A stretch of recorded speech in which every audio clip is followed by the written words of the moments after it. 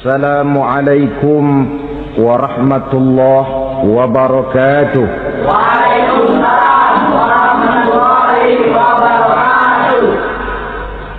Alhamdulillah wassalatu wassalamu ala sayyidina Rasulillah sayyidina wa maulana Muhammad ibn Abdullah wa ala alihi wa sahbihi wa mawala. La haula wa la quwwata illa billah, amma ba'du. Bapak-bapak, ibu-ibu, saudara-saudara kaum muslimin rahimakumullah. Rangka memperingati Maulid Nabi besar Muhammad sallallahu alaihi wasallam. Yang penting dari peringatan Maulid ialah membicarakan bagaimana sebenarnya identitas umat Rasulullah sallallahu alaihi wasallam. Sebab apa? Adalah suatu hal yang wajar bahwa seorang pengikut menyesuaikan tingkah laku, gaya hidup dengan orang yang diikutinya. Jangankan di dunia ini, di akhirat nanti identitas ini akan dimintakan pertanggungjan jawab dan akan ditanyakan kepada kita. Sekurang-kurangnya menjadi pengikut rombongan orang besar merupakan suatu nikmat. Paling tidak kita bisa numpang mujur. Kalau saya berangkat ke Bali ikut rombongan Pak Menteri misalnya, saya bisa bebas timbangan, tas saya tidak usah diperiksa-periksa barangkali. Kenapa? Ini rombongannya Pak Menteri, numpang mujur. Itu sekurang-kurangnya. Tetapi tentu untuk menjadi anggota rombongan Pak Menteri ini kan harus ada tanda, ciri-ciri atau yang disebut identitas. Kalau kita mengaku dan memproklamirkan diri sebagai umat Nabi Muhammad, sebagai pengikut beliau, apa sih identitasnya, ciri-cirinya? Inilah yang akan kita bicarakan pada kesempatan ini, bersumber dari surah Al-Fatah ayat 29. Allah Subhanahu wa ta'ala menjelaskan Muhammadur Rasulullah, bahwa Nabi Muhammad itu adalah utusan Allah, pesuruh Allah. Walladzina ma'ahu, dan orang-orang yang bersamanya, orang yang mengikuti ajarannya, para sahabatnya, kita ini para pengikutnya, mempunyai ciri atau identitas. Dalam ayat ini ada 5 ciri yang dijelaskan. Pertama, asyidda'u 'alal kuffar. Pengikut Nabi Muhammad bersikap tegas kepada orang-orang kafir. Apa artinya tegas di sini? Saudara-saudara, tegas di sini artinya bukan main marah-marahan, tidak ngajak berkelahi, bukan juga menantang perang. Tegas di sini artinya mempunyai prinsip, mempunyai garis yang nyata di dalam keyakinan beragama. Garisnya apa? Tidak lain, lakum dinukum waliyadin. Bagi Tuhan agama Tuhan, bagi kami agama kami. Silahkan Tuhan melaksanakan agama Tuhan, kami akan melaksanakan agama kami. Kami menghormati Tuhan, Tuhan pun menghormati kami. Tetapi soal agama tidak usah dicampur adukkan. Identitas semacam ini perlu kita tegakkan kembali. Sebab apa? Sebab di zaman sekarang orang mulai mengaburkan nilai-nilai kebenaran dari agama, yang pada akhirnya menanamkan sikap ngambang terhadap agama. Misalnya kita ini dibuai dengan kalimat yang kelihatannya bagus tapi sebenarnya mengandung racun. Kata orang, jangan fanatik, semua agama kan bagus, semua agama benar, semua agama thayyib. Terus terang saja, saya bukan tidak setuju dengan kalimat itu. Saya beranggapan kalimat itu belum sempurna. Semua agama benar, jangan titik di situ, itu baru sekedar koma. Semua agama benar, koma, bagi penganutnya masing-masing, titik. Semua agama baik, koma, bagi penganutnya masing-masing, titik. Bagi kita yang muslim, yang benar, Islam. Dan seorang muslim yang berani membenarkan semua agama, seorang muslim yang berani berkata semua agama benar, sekurang-kurangnya munafik kalau tidak menjadi murtad. Wah Pak, itu namanya fanatik dong. Betul.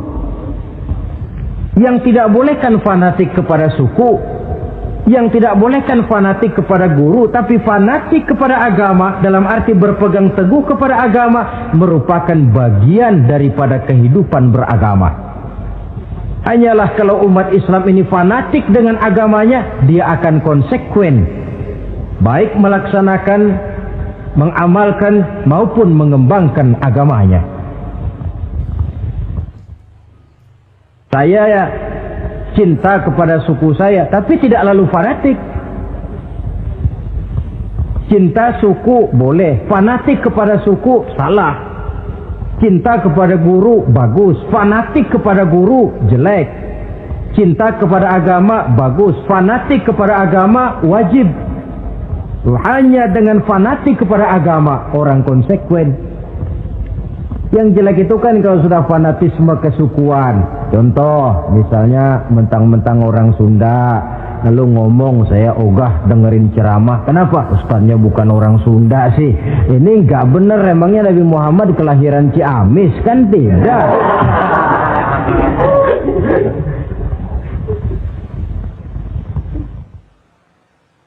Toleransi ada tempatnya, tetapi tidak menyangkut masalah-masalah ritual, tidak menyangkut masalah-masalah ibadah. Soal bikin jalan umum, mari bersama saudara-saudara kita yang lain agama membangun puskesmas, mari bersama-sama menjaga keamanan, mari sama-sama. Tapi kalau sudah menyangkut masalah ibadah, kembali kita kepada prinsip lakum dinukum waliyadin. Bagi Tuhan silahkan melaksanakan agama Tuhan, kami pun akan melaksanakan agama kami. Silahkan menyebarkan agama, tetapi jangan kepada orang yang sudah beragama. Ini batas toleransi. Jangan menyebarkan agama kepada orang yang sudah beragama. Maka dalam sejarah sudah dibuktikan, alhamdulillah, kalau kita mau objektif menilai sejarah, ketoleransian umat Islam itu sudah dibuktikan oleh fakta sejarah. Tetapi tanpa harus mengorbankan nilai-nilai akidah, keyakinan-keyakinan yang harus kita jaga dan kita pertahankan. Taruhlah kita sekarang masih disanggup berkata dan berpendirian semacam itu. Anak kita, keturunan kita, generasi yang akan datang, jikalau ditanamkan rasa ngambang terhadap agama, lambat laun akan makin tipis nilai-nilai religius itu melekat di dalam jiwanya. Dan akibatnya akan rawan kemajuan macam apapun, modernisasi macam apapun, kalau sudah terlepas dari kaitan kehidupan beragama, tidak akan banyak menolong untuk mensejahterakan umat manusia. Asyidda'u 'alal kuffar, bersikap tegas kepada orang-orang kafir. Ini sikap yang pertama, identitas yang pertama. Yang kedua, ruhama'u bainahum, kasih sayang kepada sesama mereka. Kalau kepada orang kafir tegasnya bukan main, tapi kembali ke dalam, kembali kepada sesama muslim, kasih sayang setengah mati. Saling asah, saling asih, saling asuh, saling mengalah buat kepentingan yang lain. Ini sudah dicontohkan dalam sejarah ketika Rasulullah dan para sahabat hijrah ke Madinah. Orang Madinah yang menyambut kedatangan orang Mekah itu kan disebut Ansor. Betul apa betul? Lah orang Makkah ini yang hijrah ke Madinah disebut kaum muhajirin. Apa orang Madinah menyambut kedatangan orang Makkah itu mentang-mentang orang asli Madinah lalu tolak pinggang? Kamu kemari pendatang ya, awas jangan bertingkah. Tidak. Masing-masing malah mencari saudara. Karena apa? Persaudaraan dalam Islam diikat dengan akidah. Artinya ini dari manapun orang datang, apapun warna kulitnya, bahasa apapun yang dia pakai, jikalau akidahnya sama, dia saudara kita. Hadirin, terus terang saja ya. Banyak orang-orang yang tidak senang kalau melihat umat Islam sampai bersatu. Maka segala macam cara mereka lakukan agar kita jangan bersatu. Terang-terangan menghantam Islam, tidak mungkin orang berani. Kenapa? Saya pikir sebodoh-bodohnya umat Islam dia masih fanatik sama agamanya. Dia masih sanggup bilang, "Mas, gue emang gak sembayang, tapi agama gue lu hina, gue bacok lu."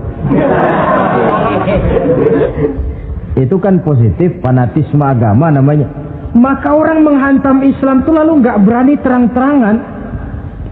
Caranya belajar dari Van der Plas, belajar dari Snokor-Gronya. Mau menghantam Islam, masuk ke tengah-tengah umat Islam. Pakai peci, kalau perlu pakai sorban, pakai sorban. Nggak bisa assalamualaikum latihan, assalamualaikum. Hantam Islam dari dalam. Caranya, kalau perlu dibuatkan merek-merek Islam. Yang mereknya Islam tapi tujuannya bikin kacau dalam Islam. Muncullah yang namanya Islam ingkar sunnah. Muncul yang namanya Islam sejati. Islam. Mereknya Islam, tujuannya bikin kacau dalam Islam. Kalau dia sudah mengkafirkan orang lain yang tidak sepaham dengan dia, tidak mau bermakmum kepada orang yang sepaham dengan dia. Kalau cara ini tidak kena, mereka putar lagu lama. Apa lagu lama itu? Lagu khilafiyah. Lagu lama itu supaya kita sengketa sesama kita, mempersoalkan hal-hal kecil. Waktu terbuang, energi habis untuk mempermasalahkan hal yang tak pernah kunjung selesai. Sering kejadian toh di kampung-kampung. Yang satu pakai usolli, yang satu tidak, lalu pisah RT. Yang satu azan sekali Jumatan, yang satu 2 kali, lalu bangun masjid lagi. Yang satu kunut, yang satu tidak, asaholo. Persoalan yang semacam ini sampai kiamat tidak akan kunjung selesai.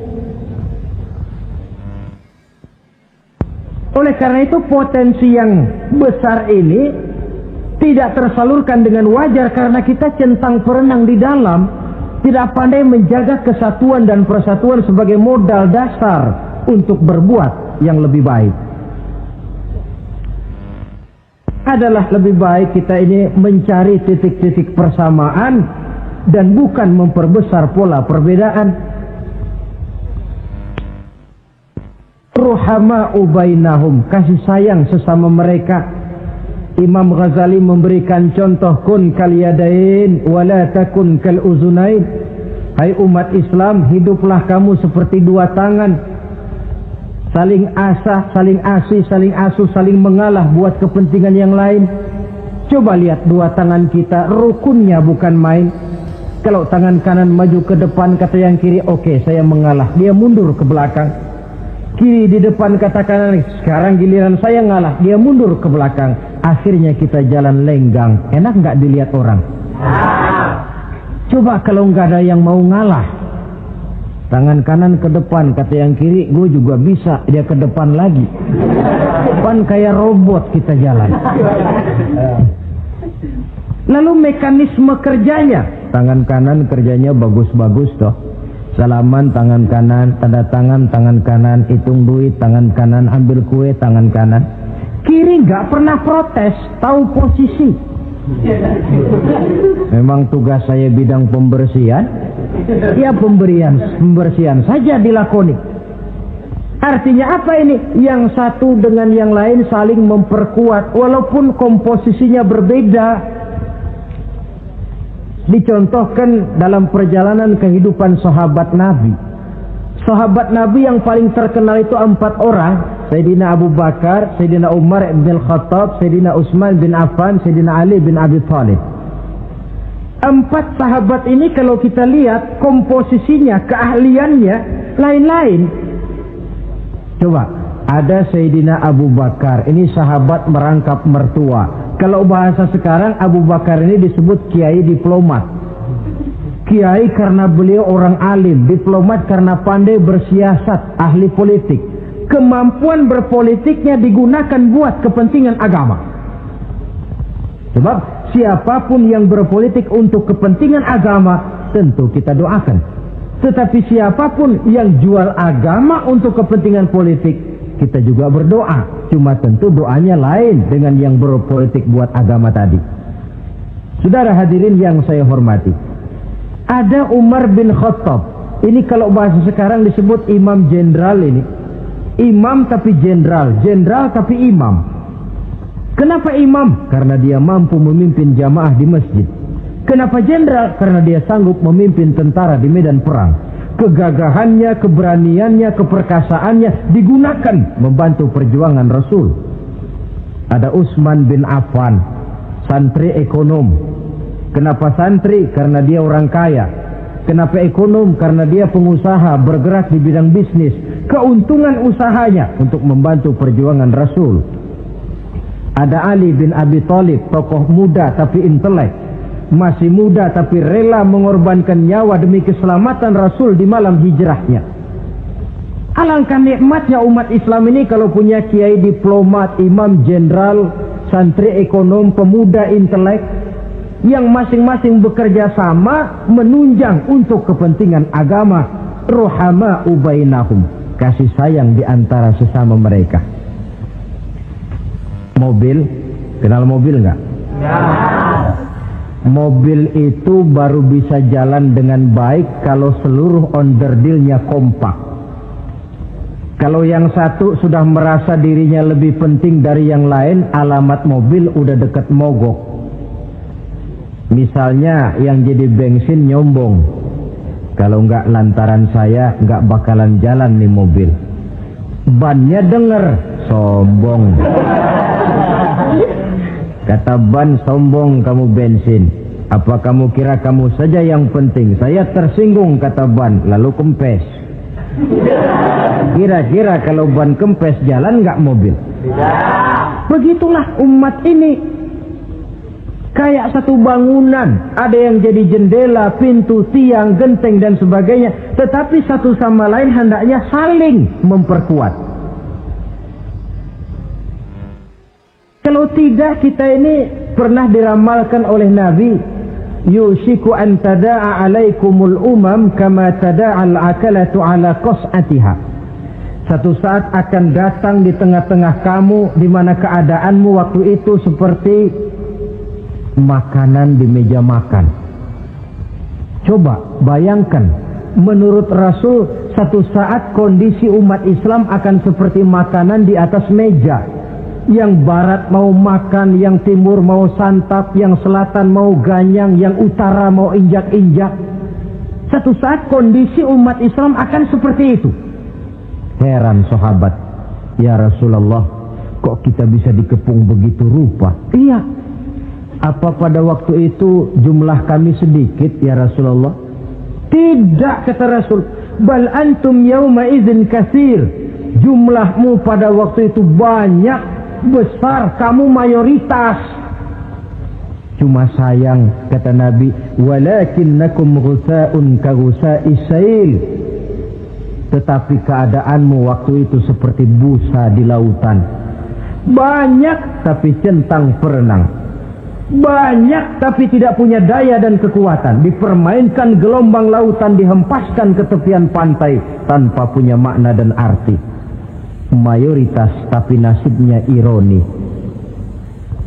Lantaran apa ini? Kita tidak pandai menjaga kesatuan dan persatuan. Prinsip ruhama ubainahum, kasih sayang di antara sesama mereka, belum bisa kita wujudkan. Oleh karena itu, hadirin yang saya hormati, identitas yang kedua ini Mari kita tegakkan, menggalang kesatuan dan persatuan untuk kejayaan agama yang kita cintai. Soal posisi silahkan berbeda, soal profesi silahkan berbeda, tetapi hendaknya perbedaan ini tidak menyebabkan persimpangan tujuan. Satu sama lain saling memperkuat. Identitas yang kedua, bahwa kita sudah diikat dengan akidah, tidak oleh ras, warna kulit, suku, bahasa, oleh akidah. Satu kali orang sudah syahadat, dia adalah saudara kita. Sudah lewat masanya di mana kita umat Islam ini dikotak-kotakan, dan sudah datang waktunya di mana kita bersatu, saling menunjang, saling membantu, sehingga dengan demikian terwujudlah satu masyarakat yang diikat dengan nilai-nilai akidah. Ini yang kedua, kasih sayang kepada sesama muslim. Satu badan itu kalau yang satu sakit, yang lain kan akan ikut merasa sakit. Saudara jalan tengah malam, ibu jari tersandung batu, beletak. Begitu ibu jari tersandung batu, kontan, darah keluar, mulut bilang aduh, kepala ikut pusing, gak pakai diundang. Solidaritas sosial yang terjadi secara reflektif. Tidak ada ibu jari tersandung mulutnya malah ngomel, rasain lo. Masa nyumpain badan sendiri, kan tidak mungkin. Tapi ini yang terjadi, kita lihat. Akibat apa? Tidak terwujudnya solidaritas sosial yang bersifat refleksif tadi. Nah, inilah saudara-saudara identitas yang kedua. Yang ketiga sekarang, pengikut Nabi Muhammad sallallahu alaihi wasallam itu cirinya yang ketiga, tarahum ruk'an sujjada. Engkau lihat mereka ruku dan sujud, mendirikan solat. Ini identitas, ciri. Di akhirat nanti akan diperiksa dengan seadil-adilnya. Siapa? Saya, Pak. Saya siapa? Pengikut Nabi Muhammad. Betul? Betul. Baik. Pengikut Nabi Muhammad itu tandanya ruka'an sujada, ruku dan sujud. Sampean ngaku umat Nabi Muhammad, sujud, pernah sembahyang? Sembahyang juga, Pak. Berapa kali? Gak banyak-banyak, Pak, setahun 2 kali. Kapan itu? Idul Fitri sama Idul Adha. Kata petugas, syarat kurang, minggir. Sebab sering dikatakan sholat itu kan ada yang harian, ada yang mingguan, ada yang tahunan. Ada yang sholatnya harian. Yang harian ini juga 2 macam, ada yang belang-belang, ada yang mulus. Kalau yang belang-belang itu kalau zuhur sholat, asar out. Asar kepegang, maghribnya melayang. Maghrib ketangkep, isaknya terbang. Itu lumayan ketimbang yang seminggu sekali cuma Jumat saja. Yang Jumat pun agak lumayan lah daripada yang setahun 2 kali cuma Idul Fitri dan Idul Adha.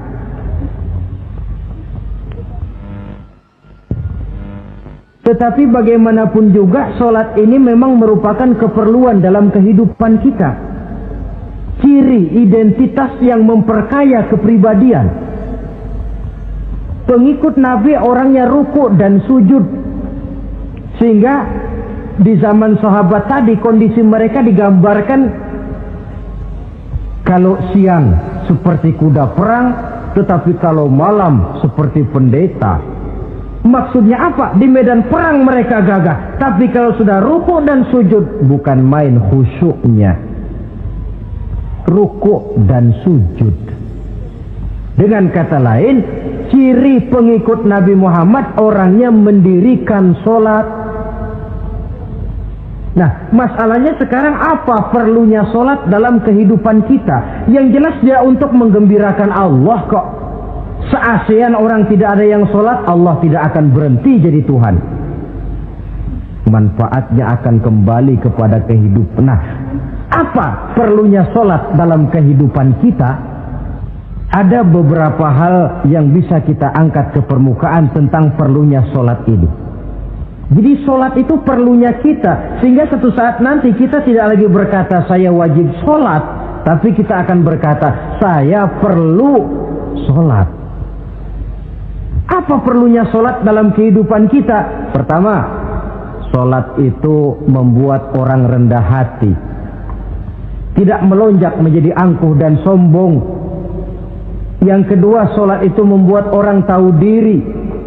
Yang ketiga, sholat itu mendatangkan ketenangan jiwa dan ketentraman batin lantaran orang punya sandaran vertikal kepada Allah. Sehingga agama menekankan benar ini bukan cuma untuk kita, tapi juga anak kita, keturunan kita. Sehingga Nabi mengajarkan, ajari didik anak-anakmu sholat pada umur 7 tahun. Kalau umur 10 tahun mereka sudah berani meninggalkan sholat, pukul. Bukan dengan tujuan menyakiti, tapi mendidik anak supaya disiplin dengan sholatnya.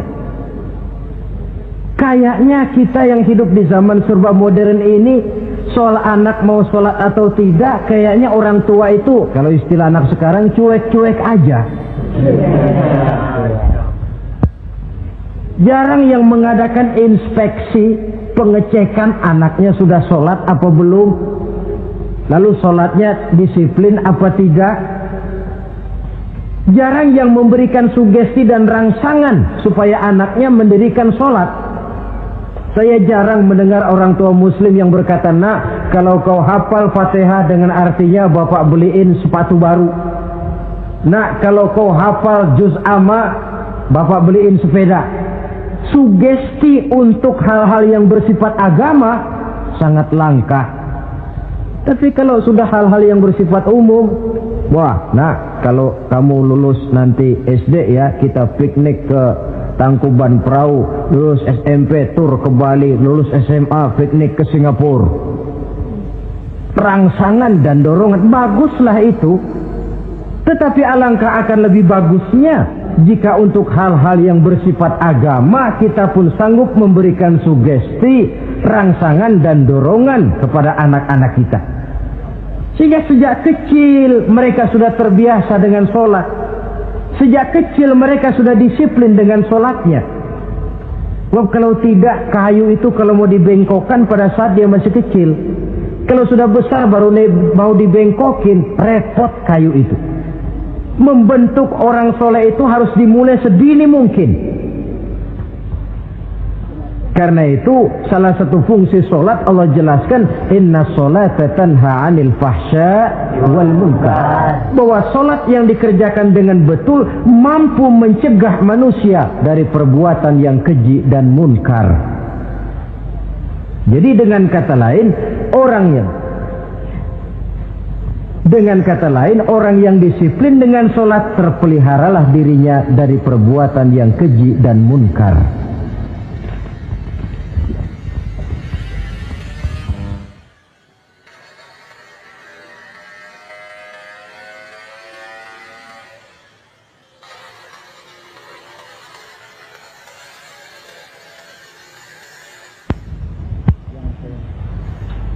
Hadirin yang saya hormati, suatu kenyataan barangkali yang memang tidak bisa kita pungkiri, bahwa kemajuan ilmu pengetahuan dan teknologi sekarang ini makin mengagumkan. Dunia seolah-olah telah dirombak oleh manusia dari sebuah daerah kosong menjadi gedung-gedung pencakar langit yang tinggi. Orang sudah bertandang ke bulan, dan dalam beberapa tahun mendatang boleh jadi akan bertandang pula ke planet-planet lainnya. Kekurangan air minum bisa diatasi dengan penyulingan air laut.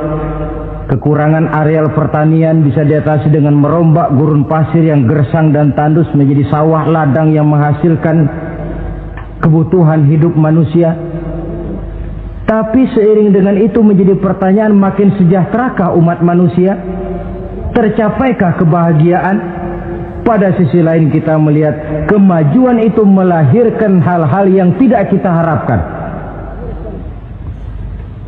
Apa yang kita sebut dengan penyakit dunia modern, yang rupanya makin banyak dokter, makin banyak juga penyakit, makin banyak rumah sakit, makin aneh nama penyakit.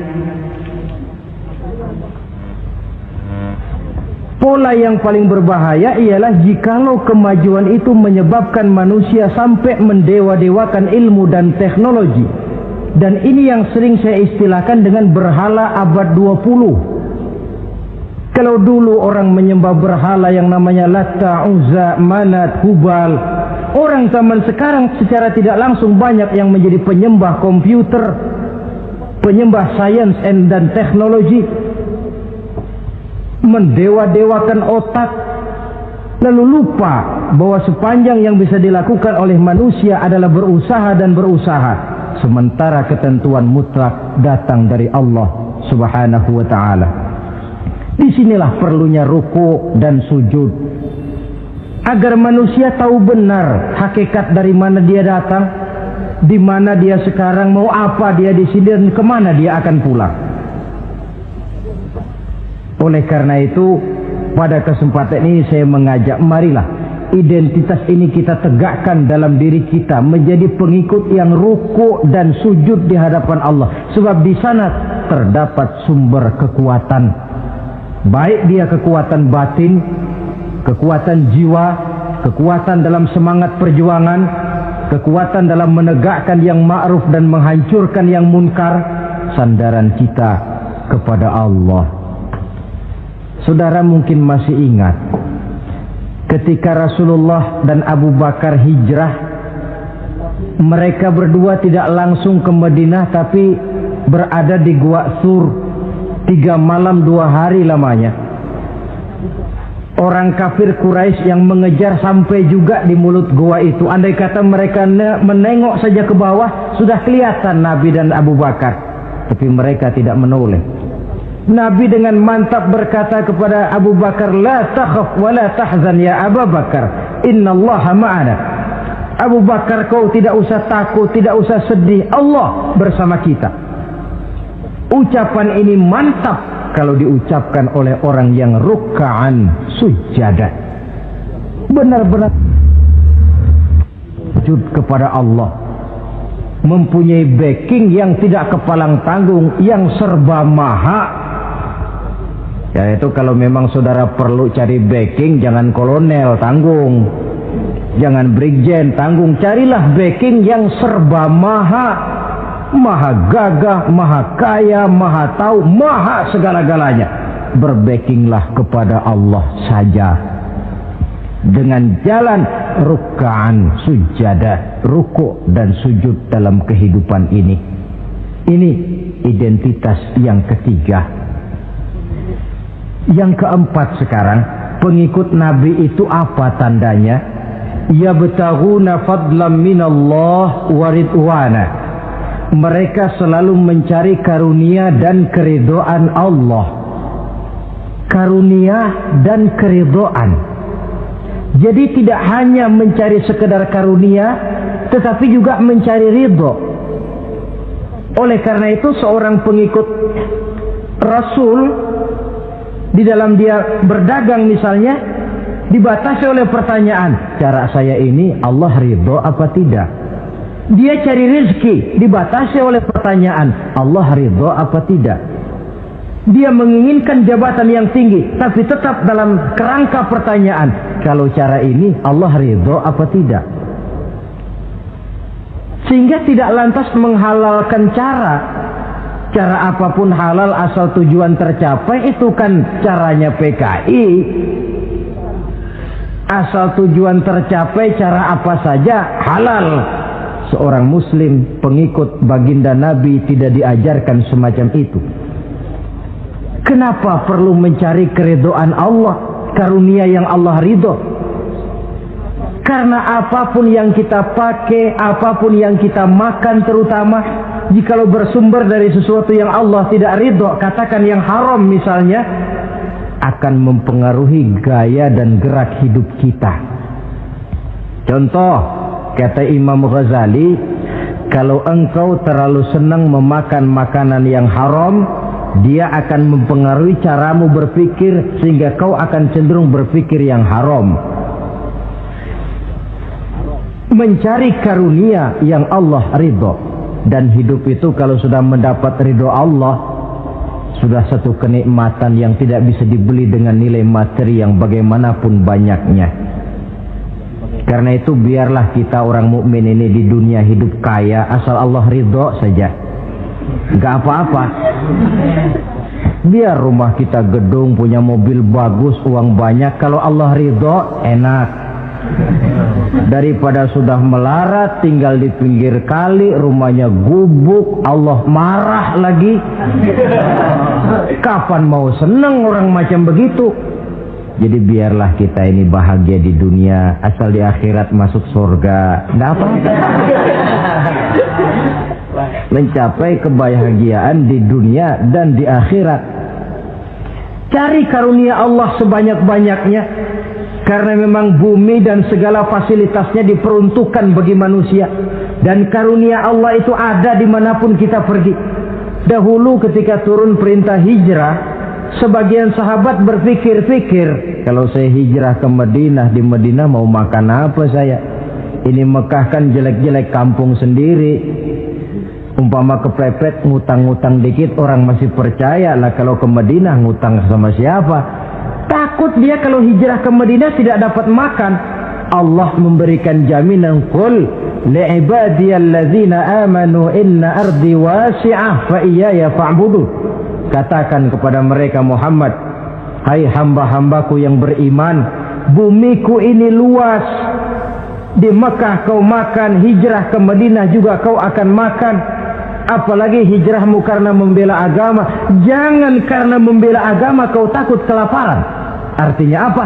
Karunia Allah itu ada dimanapun. Kalau kita mau berusaha, tetapi jangan lupa usaha itu harus yang Allah ridho. Kalau sekedar hasil usaha cara apapun boleh, ya dapat. Tetapi tanpa ridho, semuanya tidak akan membawa ketenangan, ketentraman, dan kebahagiaan. Allah itu kan maha pengasih, tidak pilih kasih katanya. Artinya apa? Semuanya Allah kasih. Orang kalau mau berusaha dapat. Itu logika. Sunnatullah kata kita, hukum alam kata orang. Kalau mau berusaha mesti dapat. Tetapi kasih sayang Allah ini tidak diberikan kepada setiap orang. Kalau pengasihnya berlaku kepada semua orang, mau kafir mau beriman, kalau berusaha dapat. Itu Rahman namanya. Tapi Allah tidak cuma Rahman, Allah juga Rahim, maha penyayang. Bedanya apa? Orang yang dikasih itu belum tentu disayang. Tetapi kalau disayang mesti dikasih. Kalau tidak dikasih tentu ada pertimbangan lain untuk kepentingan kita. Misalnya anak kita baru kelas 1 SMP, datang, Pak beliin motor buat sekolah. Kita lalu menilai anak ini nggak ada motor saja kadang-kadang jarang sampai ke sekolah, apalagi dibeliin motor, bisa dari rumah berangkat ke sekolah nggak sampai. Tidak dibelikan bukan karena tidak sayang, justru karena sayangnya ada pertimbangan lain untuk kepentingan si anak. Tetapi kadang-kadang anak sendiri berpikirnya lain. Bapak katanya sayang, minta dibeliin motor saja tidak dibelikan. Dia menilai orang tuanya tidak sayang, padahal justru sayangnya lalu tidak dibelikan. Begitulah satu contoh kecil dari keridhaan Allah ini. Jika Allah sudah memberikan ridhonya kepada kita, segala yang kita mau diberikannya. Kalau tidak juga diberikan, tentu ada manfaatnya untuk kemaslahatan kita. Allah maha tahu.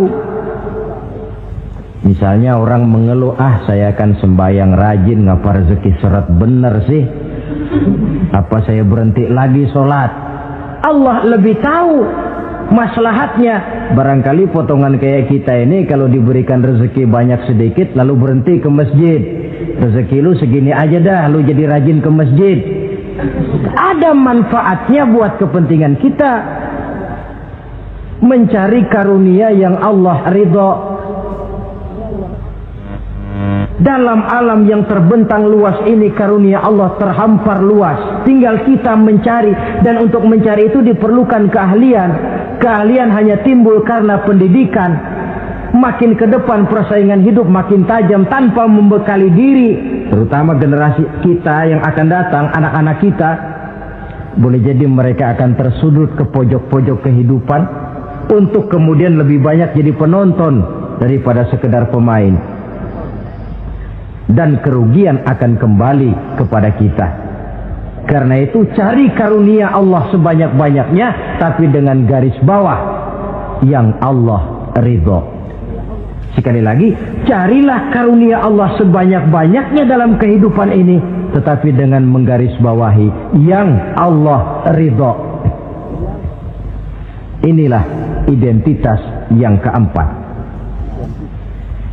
Yang kelima sekarang, identitas yang terakhir, simahum fi wujuhihim min atharis sujud. Di muka mereka ada tanda bekas sujud. Ini pengikut Rasulullah sallallahu alaihi wasallam. Bekas sujud, iya. Apa bekas sujud itu? Apa jidatnya hitam kebanyakan sujud? Mungkin. Karena rajin sujud lalu berbekas. Boleh jadi, tapi soal hitam di jidat sih gampang digosok-gosok. Yang terpenting asarus sujud di sini dalam bentuk sikap mental. Apa sikap mental yang saya maksud? Orang yang rajin sujud itu lalu membekas dalam kehidupannya pengaruh sujud. Apa pengaruh sujud? Karena rajin sujud timbul ikhlasnya. Sudah berbuat, yang penting itu Allah. Orang lain mau tahu atau tidak, orang lain mau puji atau tidak, yang penting Allah. Sebab kalau sudah dia usolli fardal maghribi Allahu Akbar, dia tinggalkan dunia dan seluruh isinya. Naik dia menghadap Allah. Selamat tinggal sebentar dunia, nanti saya balik lagi. Yang ada cuma dia dan Allah dalam dialog langsung. Timbul keikhlasan, terjemahannya dalam kehidupan. Berbuat tanpa pamrih, tidak suka menepuk jasa dan menghitung jasa. Sebab biasa orang itu kalau sedang perang tidak sempat ngaku jadi pahlawan, tapi kalau perang sudah selesai nggak kenal bedil ngaku pahlawan. Kalau perang sedang berkecamuk, jarang yang mengaku pahlawan. Kalau sudah perang selesai, masing-masing nepuk dada. Seorang yang ikhlas, seorang yang berbuat tanpa pamrih, dan ini pengaruh sujud dalam kehidupan. Lalu apalagi timbul jujurnya. Kenapa? Kalau dia sholat zuhur 4 rakaat, lalu umpama selesai 3 rakaat dia salam, orang lain tentu tidak tahu dia korupsi 1 rakaat. Tapi kenapa tidak dia lakukan? Ada Allah sih yang tahu. Timbul kejujuran, disiplin murni yang berakar dari hatinya sendiri. Lalu apa lagi? Kesabaran. Dilatih lewat sholat. Kalau belum selesai 4 rakaat, jangan berhenti sholat isya umpamanya. Dan banyak lagi pengaruh-pengaruh asarus sujud. Ini di dunia. Di akhirat nanti kata Nabi, inna ummati ya'tuna yaumal qiyamah ghurran muhajjalin min asaril wudu. Umatku di hari kiamat nanti akan datang menghadap Allah dengan muka berseri-seri dari sebab air wudu. Mukanya bersinar-sinar karena di dunia rajin wudu. Sehingga barangkali di akhirat nggak perlu ngaku-ngaku kita. Ya Rasulullah, saya umatmu, tidak perlu. Rasulullah lihat sendiri, wah ini mukanya bersinar-sinar. Ta'ali ummati, umatku sini, umatku sini. Kalau di dunia rajin kena air wudu. Ya rajin wudu artinya kan rajin sholat. Masa ada orang wudu aja nggak sholat, kan model. Kalau muka tidak pernah tersentuh wudu, kalau muka tidak pernah sujud, teriak-teriak kita mengaku, ya Rasulullah saya umatmu ya Rasulullah. Kata Rasulullah, nggak ada umat saya yang dekil kayak sampean.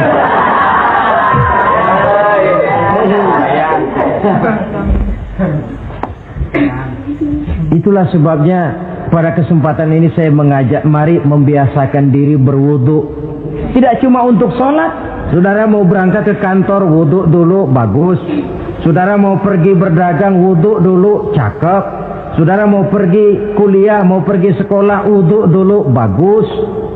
Di samping kebersihan jasmani, juga kebersihan rohani. Tengok saja. Kalau kita membasuh tangan pada saat wudu, mulai Allahumma inni as'aluka yumna wal barakah wa a'udzubika minasyu'mi wal halakah. Itu kan yang kita baca. Ya Allah, saya mohon keberkahan di dua tangan ini, supaya tangan ini kalau dibawa dagang untung, dibawa menanam lalu panen, dibawa berusaha menghasilkan rezeki. Dan saya berlindung kepadamu ya Allah, jangan sampai tangan ini membawa kesialan dan kecelakaan. Berlindung kepada Allah jangan sampai jadi punya tangan sial.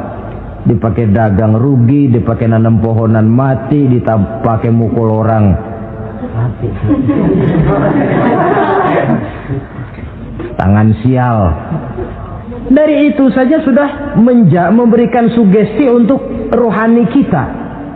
Kebersihan jasmani, kebersihan rohani terpelihara karena wudu.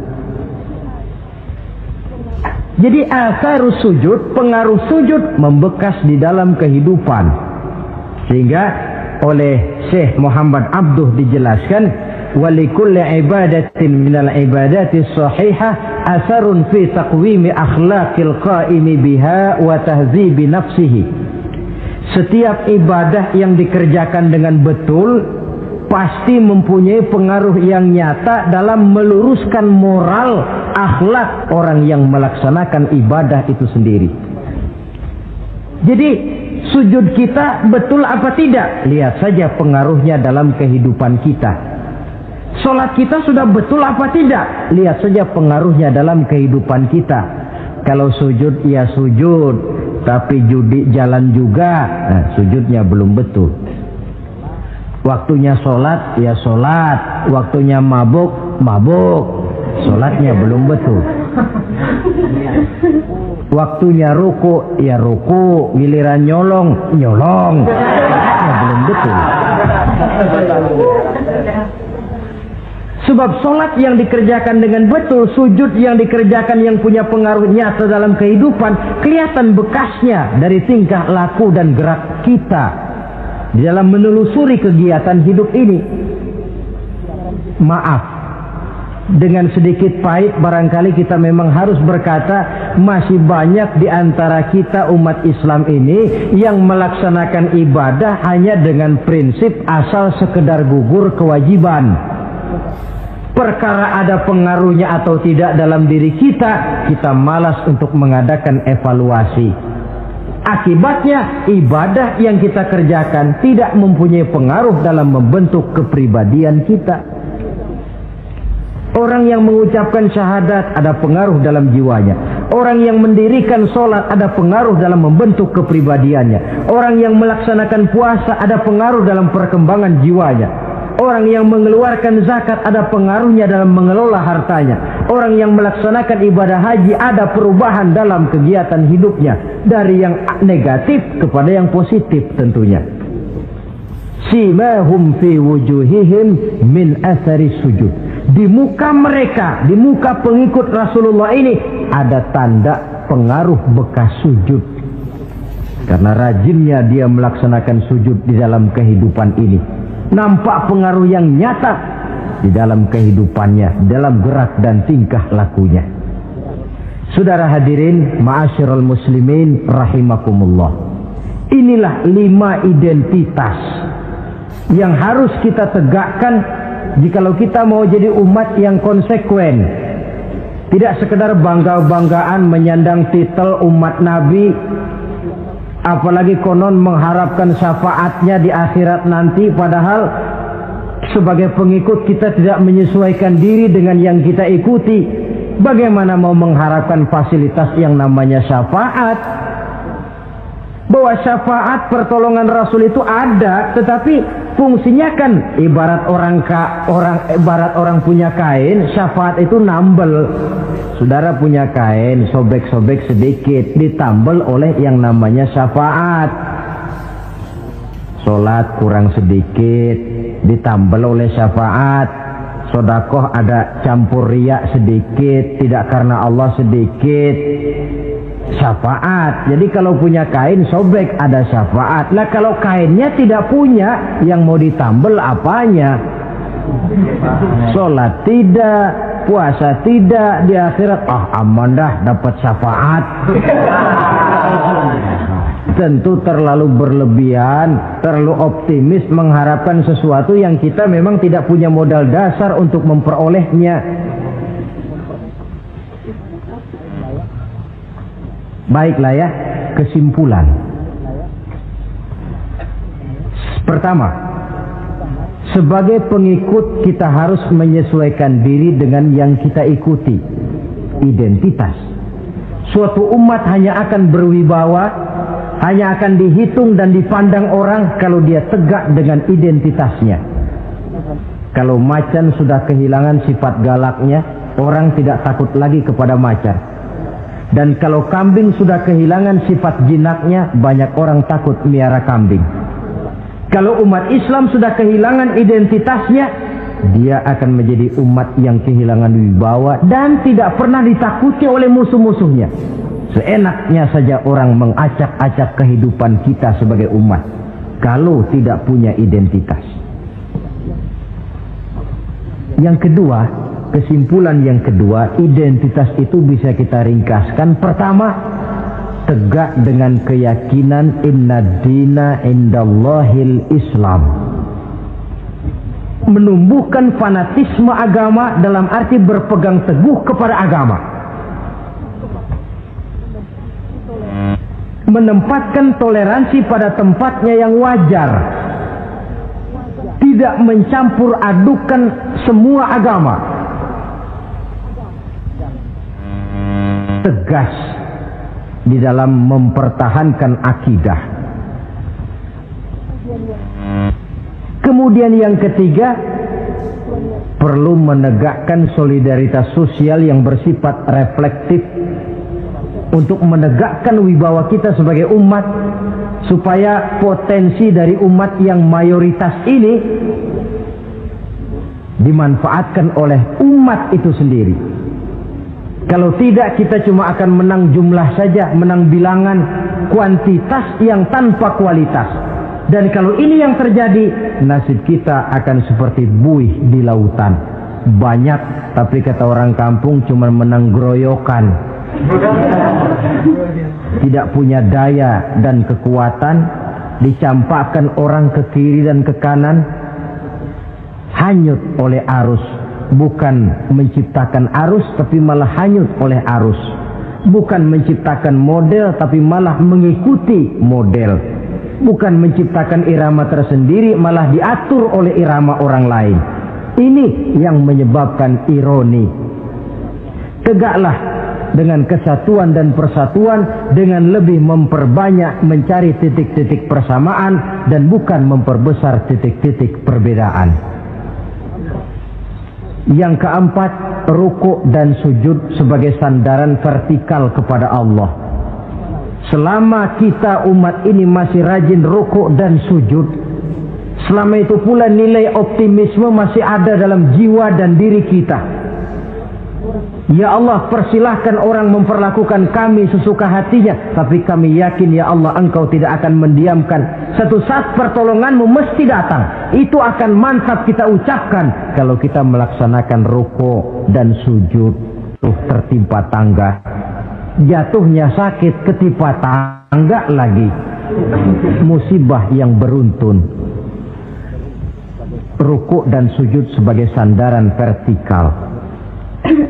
Yang kelima, karunia Allah dan keredoan Allah jangan dipisah. Cari karunia sebanyak-banyaknya, tetapi dalam batas-batas yang diridhoi Allah. Sebab kalau tidak, karunia itu akan makin membuat kita jauh dari Allah. Ilmu karunia itu.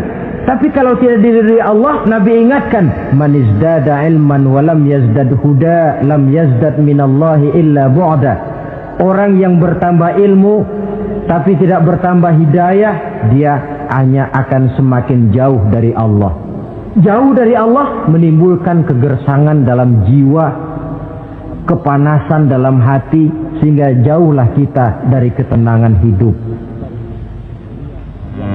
Karunia yang Allah ridho, dan Islam melarang umatnya untuk berpangku tangan menunggu keajaiban dari langit. Berusaha, berikhtiar, berdoa, lalu bertawakal kepadanya. Yang terakhir, hendaknya ibadah yang kita kerjakan dievaluir, ditinjau kembali apa pengaruhnya dalam kehidupan kita. Sebab setelah selesai melaksanakan suatu ibadah, hendaknya nilai ajaran yang terkandung dalam ibadah itu bisa kita terjemahkan dalam kehidupan kita, sehingga gerak kita dalam sholat dengan tingkah laku kita di luar sholat ada kesinambungan.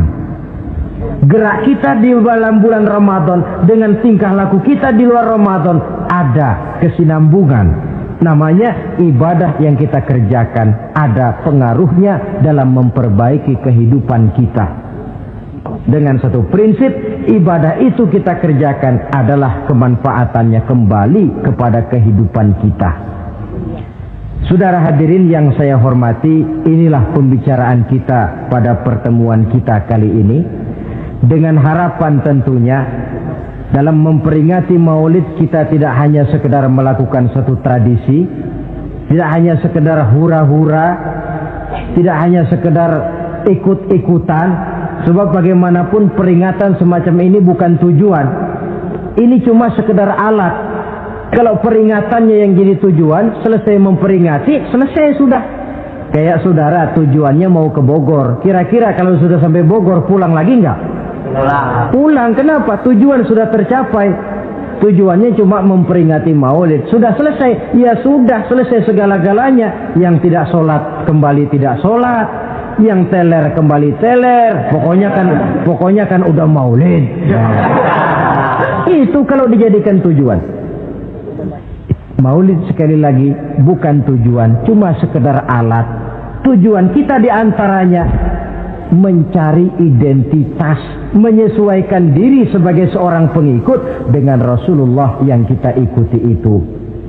Inilah pembicaraan kita kali ini. Mudah-mudahan 5 identitas ini Allah berikan kekuatan untuk bisa kita tegakkan dalam diri kita masing-masing, sehingga kebanggaan sebagai pengikut Nabi dibuktikan dengan amal perbuatan kita. Terima kasih banyak atas segala perhatian. Mohon maaf atas segala kekurangan. Usikum wa iyaya bitaqwallah. Wassalamualaikum warahmatullahi wabarakatuh. Waalaikumsalam warahmatullahi wabarakatuh.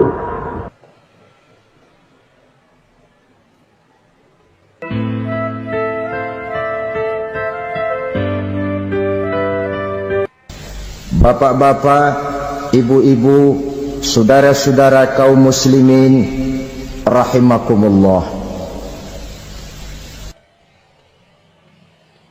Murai di dahan dan kokok ayam di kandang. Dunia ini penuh dengan berbagai macam kesibukan. Sejak dari petani yang turun ke ladang, pedagang yang berangkat ke pasar, pelajar yang menuju sekolah, sampai kepada pegawai yang berangkat ke kantor, seluruhnya tidak lain untuk mencari sesuatu yang bernama bahagia. Setiap orang menginginkan kebahagiaan, dan tidak seorang pun menginginkan kesengsaraan dalam kehidupan ini. Namun nyatanya tidak setiap orang yang ingin bahagia mengetahui jalan yang harus ditempuhnya untuk sampai kepada kebahagiaan itu. Maka pada kesempatan pertemuan kali ini, saya ingin menyampaikan sebuah hadis dari junjungan kita baginda Nabi besar Muhammad sallallahu alaihi wasallam. yang termuat dalam kitab Mukhtarul Ahadits An-Nabawiyah, di mana beliau bersabda, arba'un min sa'adatil mar'i. Ada 4 perkara yang merupakan tanda dari orang bahagia. Saya mau tanya, di antara saudara-saudara yang hadir di sini, apa ada yang kepengen jadi orang sengsara? Ya. Seluruhnya tentu ingin mendapatkan kebahagiaan. Maka menurut resep dari Nabi kita, tanda orang bahagia itu 4. Jadi kalau saudara ingin bahagia, harus mempunyai 4 perkara ini. Yang pertama, orang bahagia itu kata Nabi, darun wasi'un. Punya rumah biar bagus asal gede. Enak ngaturnya daripada sudah punya rumah kecil, adanya di pinggir kali, gubuk, kalau hujan bocor, miring lagi, kiamat. Loh, kalau gitu Islam materialis dong. Hadis ini boleh diartikan dengan makna hakiki, arti yang sebenarnya. Boleh diartikan dengan makna majazi, arti kiasan. Kalau dia diartikan dengan arti kias, maka yang dimaksud darun wasi'un ay qalbun wasi'un. Rumah yang luas tidak lain daripada hati yang lapang. Karena di situ kunci kebahagiaan yang sebenarnya. Walaupun kita cuma tinggal di petak berukuran 2 kali 3 meter, kalau hati kita luas rasanya rumah itu.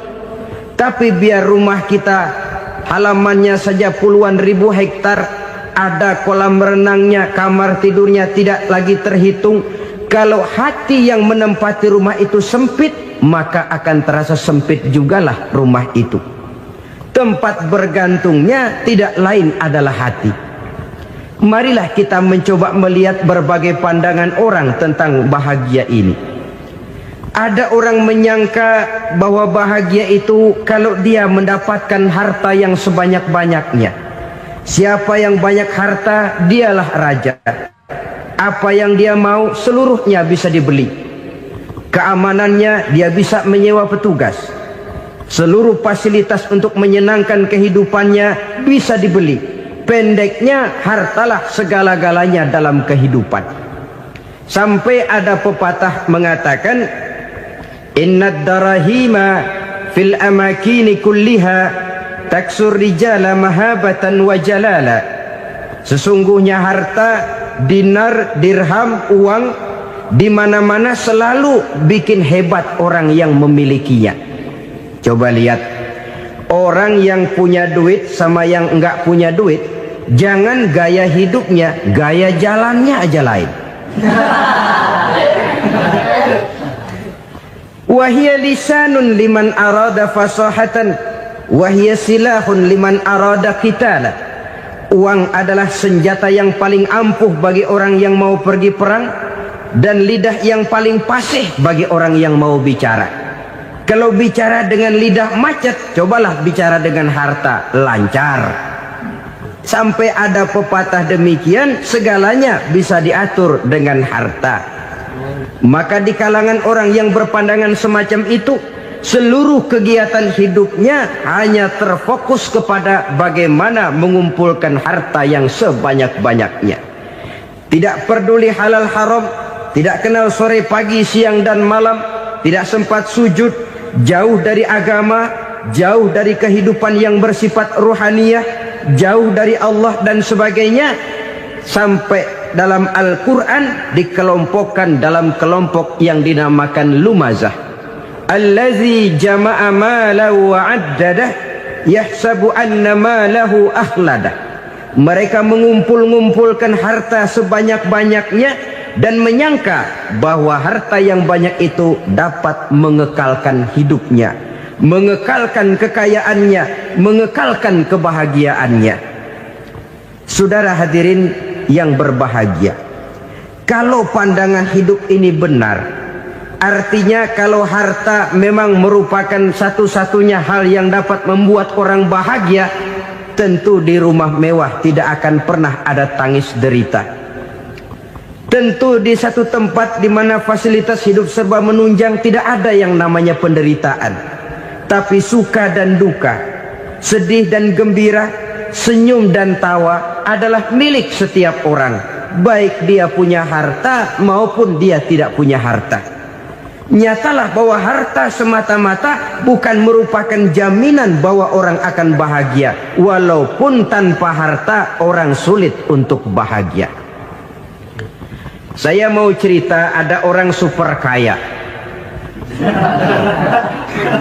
Namanya Aristotle Onesimus, Raja Tanker Yunani. Dia punya kapal tanker saja konon sampai 11 banyaknya. Punya perusahaan penerbangan yang disebut Olympic Airlines. Punya hotel di berbagai kota besar di dunia ini, sejak dari New York, London, Paris, Rome dan sebagainya. Bahkan punya pulau yang dia namakan Pulau Scorpio. Ini kan namanya sudah kaya nggak tanggung-tanggung, punya pulau.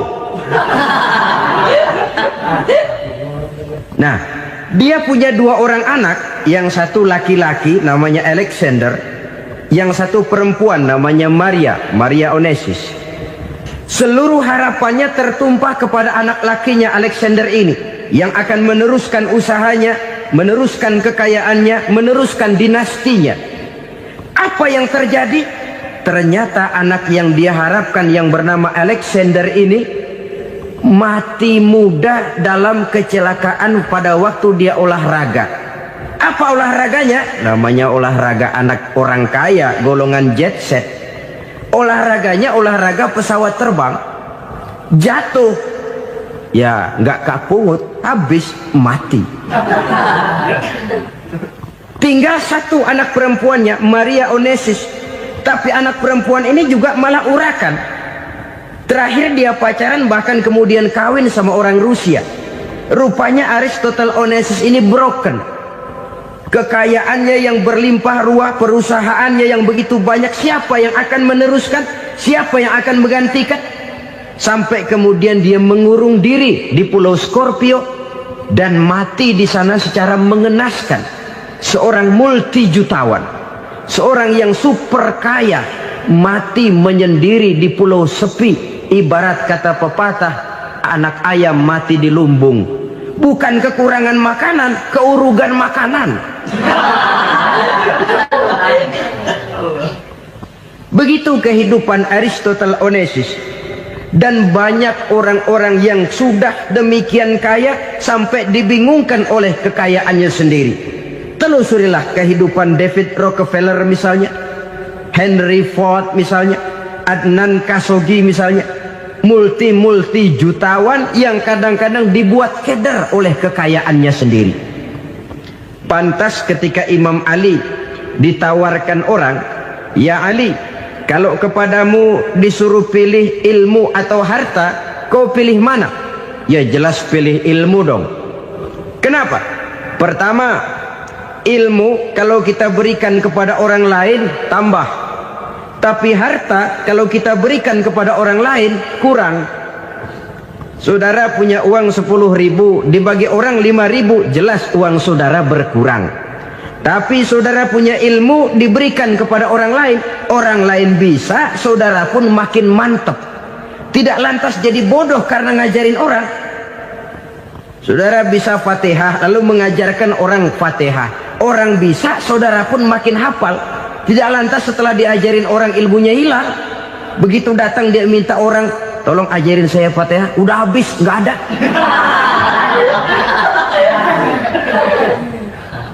Yang kedua kata Imam Ali, ilmu menjaga kita. Kalau harta kita yang harus jaga. Makin banyak ilmu makin terpelihara diri seharusnya. Tetapi makin banyak harta makin bingung kita jaganya. Sampai kadang-kadang kalau perlu seluruh keliling rumah dipasangi alarm. Belum cukup disewakan anjing besar-besar, pasang di depan pintu, awas anjing galak. Masih belum cukup juga, cari centeng tukang-tukang kepruk jaga rumah. Masih terasa belum aman, padahal rumahnya dikelilingi tembok besar. Di balik tembok ada pintu-pintunya tebal. Di balik pintu itu terbuka masuk kamar, kamar pun ada pintunya, pintunya pun kuat. Masuk ke dalam kamar ada lemari, lemarinya pun pintunya kuat, dikunci, kuncinya pun kuat. Tapi terhadap seluruhnya yang timbul cuma sekedar was-was saja. Kesimpulannya sekali lagi, tanpa harta orang memang sulit untuk bahagia. Tapi harta semata-mata tidak merupakan jaminan orang akan bahagia. Dengan hati yang luas, itu modal utama untuk mencapai kebahagiaan hidup. Orang yang hatinya luas, saudara-saudara, punya hati yang lapang, melihat kenyataan hidup ini, dia bersyukur senantiasa kepada Allah. Lantas tidak timbul hasud dan iri hatinya. Oleh karena itu, jiwanya selalu lapang. Kalau tidak, cupik hati namanya. Dangkal pandangan, tidak senang melihat orang lain dapat nikmat, dan itu sering dijadikan contoh. Kalau orang yang lapang dada, dia lihat tetangganya beli TV baru, dia berkata, alhamdulillah ya, tetangga kita beli TV, mudah-mudahan kita bisa ikut nonton. Lapang dadanya. Tapi orang yang sempit hati, lihat tetangga beli televisi, meriang. Enggak diapa-apain, meriang. Besoknya dengar tetangga beli motor, makin sakit, ke rumah sakit. Lalu di rumah sakit dengar tetangganya beli mobil, mati. Disiksa oleh perasaannya sendiri. Orang kalau hati sudah sempit dalam hidup, kemanapun dia pergi, sempit rasanya medan kehidupannya. Kemudian kita melihat juga ada orang yang menilai bahwa bahagia itu katanya kalau punya kedudukan yang tinggi, pangkat yang agung, wibawa yang besar. Mungkin betul, tapi mungkin juga tidak. Bergantung kepada hati orang yang punya pangkat itu. Sama dengan harta tadi. Harta akan membawa bahagia kalau dia jatuh ke tangan orang yang berhati lapang. Tapi harta akan jadi bencana kalau jatuh ke tangan hati orang yang sempit. Pangkat akan membawa bahaya kalau jatuh di tangan hati orang yang sempit. Lebih dari itu, kenyataan mengajarkan kepada kita bahwa ternyata pangkat dan jabatan tidak selamanya memberikan kebahagiaan dalam kehidupan. Bahkan resikonya kelewat besar. Beberapa bukti kita bisa ambil dari para pemimpin dunia yang menjadi korban lantaran pangkat dan jabatan yang disandangnya. Saudara ingat Presiden Abraham Lincoln dan John Kennedy dari Amerika? Dibunuh orang. Park Chung-hee dari Korea Selatan, Ziaur Rahman dari Bangladesh, Anwar Sadat dari Mesir, terakhir Indira Gandhi dari India, menjadi korban dari pangkat dan jabatan yang disandangnya dari orang-orang yang tidak senang dia memegang jabatan itu. Dia akan mudah mengundang bencana. Sehingga pantas kalau seorang presiden terkemuka Amerika, Harry Truman namanya, dia mengatakan jabatan presiden itu, kata dia, seperti orang nunggang macan, naik macan. Harus kita taiki, kalau enggak dia bakal nerekam kita, ngeri katanya. Adapun orang yang hatinya lapang, kalau dia menerima pangkat dan jabatan, dianggapnya itu satu kesempatan untuk berbuat baik. Tapi orang yang berhati sempit, menerima pangkat dan jabatan, bukan kadang-kadang menerima, malah berusaha setengah mati mencapai dengan segala cara. Kalau perlu jilat atas, jilat atas. Jadi golongan sumuhun dawuh.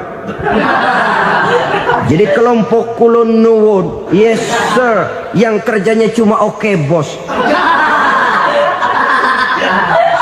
Kalau perlu jilat atas, jilat atas. Kalau perlu injak yang bawah, injak yang bawah.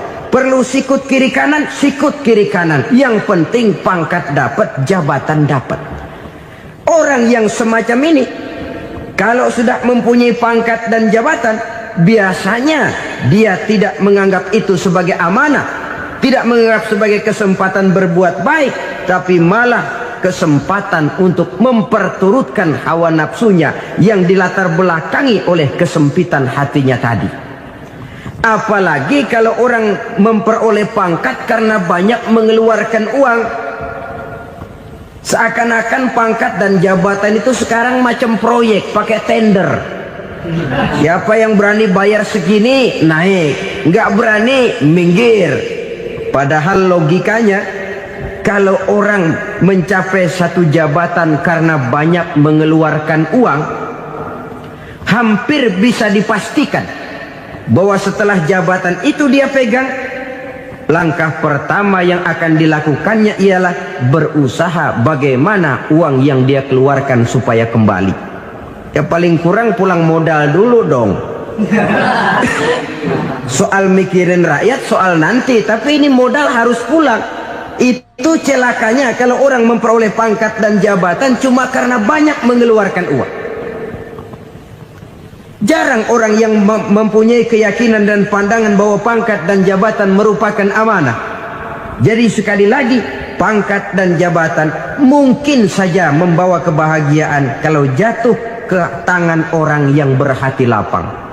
Tapi bisa jadi bencana kalau dia jatuh ke tangan orang yang mempunyai hati yang sempit. Dan lagi-lagi stresnya hati yang lapang.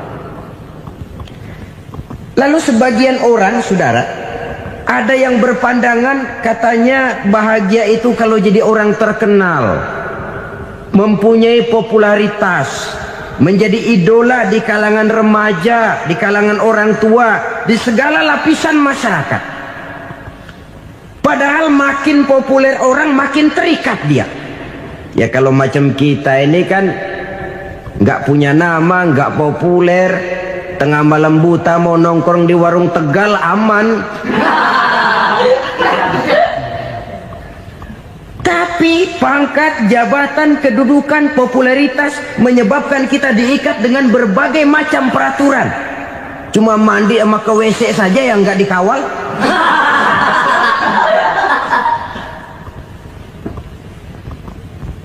Benarkah popularitas, ketenaran membawa kebahagiaan? Mungkin, ya, tapi mungkin juga tidak.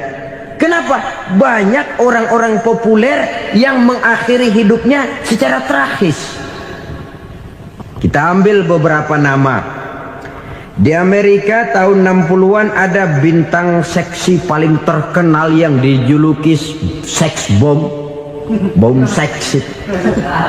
Sampai sekarang jadi legenda, namanya Marilyn Monroe. Singkatan dobelnya itu inisialnya MM, Marilyn Monroe.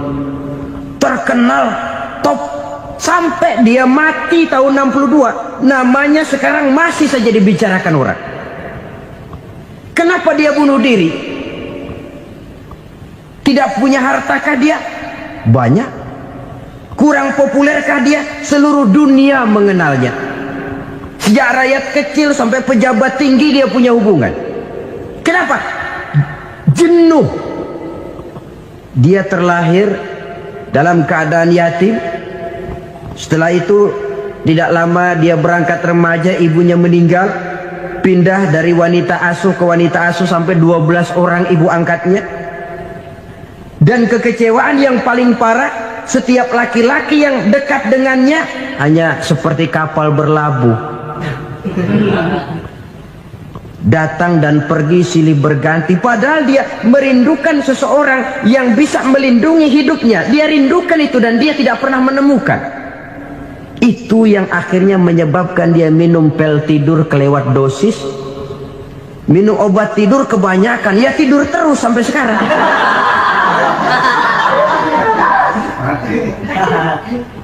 Dia mengakui, saya telah memiliki ketenaran, tapi saya tidak pernah hidup dalam ketenaran itu. Saya pandai main sandiwara, tapi saya ingin hidup dalam alam yang real sebagaimana umumnya orang. Itu yang dia rindukan. Menyusul jejak yang namanya Marilyn Monroe ini, Billie Holiday, saudara kenal tentu, di rumah sakit dirawat. Dia juga minum obat overdosis, mati lagi. Jimi Hendrix minum obat tidur overdosis kelewat batas, mati lagi. Lalu yang menghanyutkan diri di danau, Janis Joplin dan Brian Jones. Ini orang-orang populer, orang-orang terkemuka yang mengakhiri hidup secara tragis, bukan karena tidak terkenal, mungkin karena sudah saking terkenalnya. Contoh paling belakangan, Bruce Lee. Wah, ini tukang-tukang keprok tentu kenal siapa dia. Sampai sekarang pun tabir kematiannya masih merupakan misteri. Dan yang masih hidup juga menunjukkan gejala yang aneh. Michael Jackson, rumahnya di Beverly Hills itu dijaga sedemikian rupa, dan dia selalu curiga kepada setiap makanan harus steril, bersih dari segala macam kimia. Kemana dia pergi, itu tukang-tukang keprok sudah selalu menjaga dan mengawal, dan dia seakan takut menunjukkan mukanya yang asli. Hingga kalau tampil ke tengah di luar show, dia kadang memakai pakaian yang tidak menunjukkan dia yang sebenarnya, takut dikenali orang. Ternyata popularitas sering jadi momok yang meracuni kehidupan manusia. Oleh karena itu, benarlah junjungan kita pada saat beliau mengajarkan orang akan bahagia kalau dia mempunyai hati yang lapang.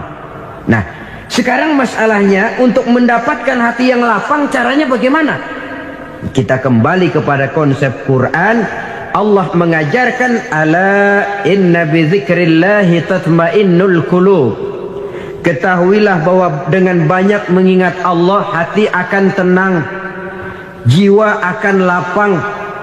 Dengan kata lain, dekat dengan agama, merasakan kehadiran Allah dekat dalam hidup, itu muara pertama untuk mencapai hati yang lapang.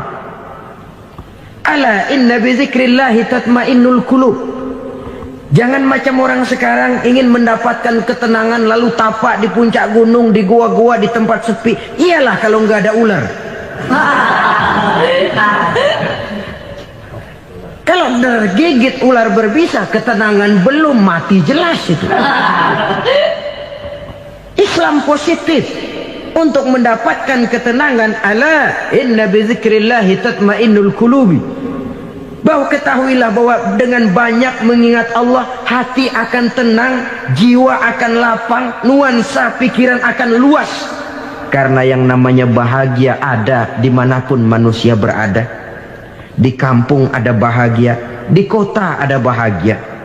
Di ngarai, di lembah, di gunung, di hutan, di lautan, di angkasa luar, dimanapun bahagia itu ada kalau kita bermodalkan hati yang lapang ini.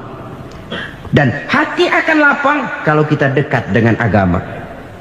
Dekat dengan harta buat sementara hati mungkin tenang, tapi ketenangan yang relatif dan temporer. Apalagi orang tiap kali tambah harta, tiap kali tambah rencana, itu wajar. Mungkin sebelumnya saudara berpikir, kalau punya duit 5.000 enak nih. Begitu punya duit 5.000, aduh sayang kalau 10.000 aja.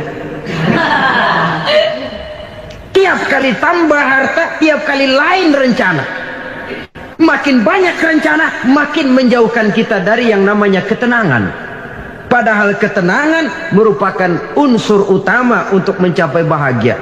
Dan ketenangan itu bermuara dalam hati manusia. Tengoklah kehidupan ini. Orang yang banyak harta dengan orang miskin, berbedakah rasa sakit yang mereka tanggungkan? Rasanya tidak. Walaupun si kaya tidur di kasur empuk berselimutkan sutra mahal, sementara si miskin meringkuk di balai bambu yang keras dan kasar. Apabila maut datang, dia juga tidak pernah pilih bulu. Maut datang menjemput si kaya di singgasana keemasannya, dikelilingi oleh para pengasuh, dayang dan inang serta para pengawal. Dan maut pun datang menjemput si miskin papa, sehingga ia tergelepar di tepian jalan. Kedua-duanya bernama mati. Kalau nyata bahwa sakit yang ditanggung si kaya tidak beda dengan sakit yang ditanggung si miskin, bukan harta semata yang membuat orang bahagia. Hati yang tenang, jiwa yang lapang penuh kedamaian karena banyak berzikir dan mengingat Allah, itu merupakan modal utama untuk mencapai sesuatu yang bernama bahagia.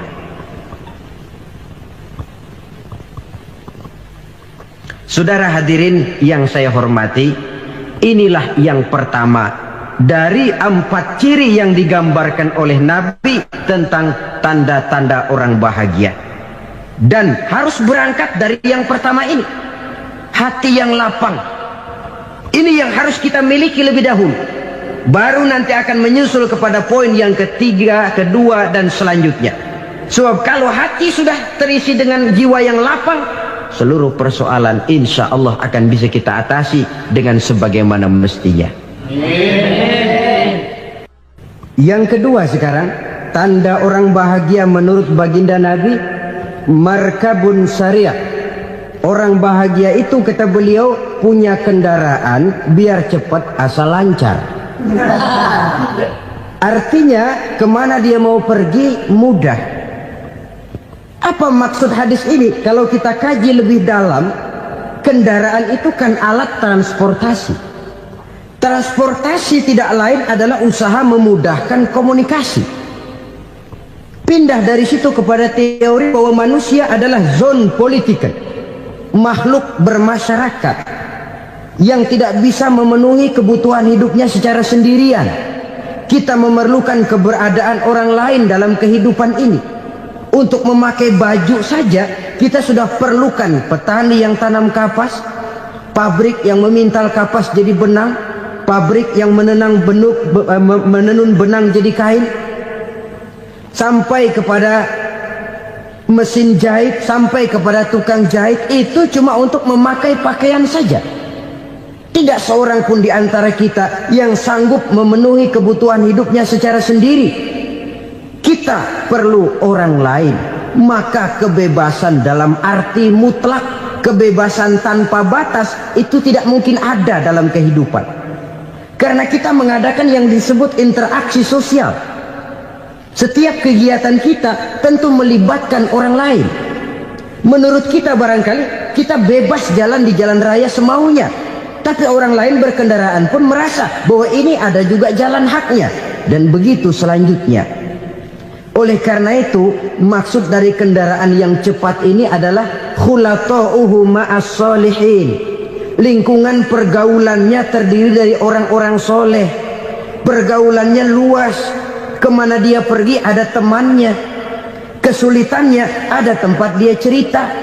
Dan kesulitan kalau sudah diceritakan kepada orang lain, taruh kata orang itu tidak bisa menolong, namun menceritakannya kepada orang yang kita percayai, kan paling kurang sudah mengurangi beban jiwa, mengurangi tanggungan batin, merasa masih ada tempat kita cerita. Maka lebih baik orang awam yang mau bergaul ketimbang orang setengah alim tapi ngunci pintu. Sebab nantinya akan timbul sikap picik, cupik pandangan, dan tidak luas menghadapi kenyataan dalam kehidupan ini. Namun yang harus kita garis bawahi, pergaulan memang mesti luas. Namun jangan sekali-kali lupa bahwa pergaulan sangat besar pengaruhnya dalam ikut membentuk kepribadian manusia. Sehari-hari bisa kita bilang, kalau kita dekat sama tukang minyak wangi, sekalipun nggak dibagi minyaknya, baunya tentu dapat. Betul? Tapi dekat sama tukang elas, walaupun nggak kena apinya, asapnya mesti kena. Kalau Syauqi mengatakan lebih jelas lagi, man asyaral asrafa asa musyarrafan wa muasyiral anzali ghairu musyarrafin. Awalam taral jildal hakira muqabbalan bisagri lamma sara jildal mushaf. Siapa yang bergaul dengan orang mulia, dia bakal ikut menjadi mulia. Tapi siapa yang berteman dengan orang hina, dia tidak bakal ikut menjadi mulia. Tidakkah kau lihat, kata Syauqi, kulit kambing yang hina pun dicium orang ketika menjadi kantong Quran. Kulit kambing hina, kalau dia sendirian gak ada yang mau cium. Tapi begitu dia bergaul dengan Quran, menjadi kantong Quran, dipakein minyak wangi, ditaruh di tempat yang tinggi, mau diambil dicium dulu, dibawa dengan penuh hormat dan hati-hati. Kulit kambing yang hina lantaran berteman dengan Quran, numpang mujur. Tapi coba lihat kalau kulit kambing berteman dengan kayu, jadi beduk, habis.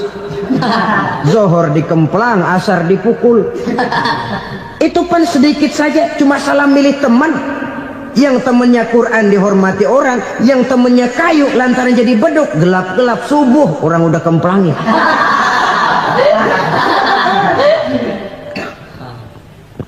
Maka terutama kepada adik-adik remaja yang masih mencari identitas diri, yang ibarat kaset masih kaset kosong, mudah diisi oleh apapun, pandai-pandailah memilih teman dalam bergaul.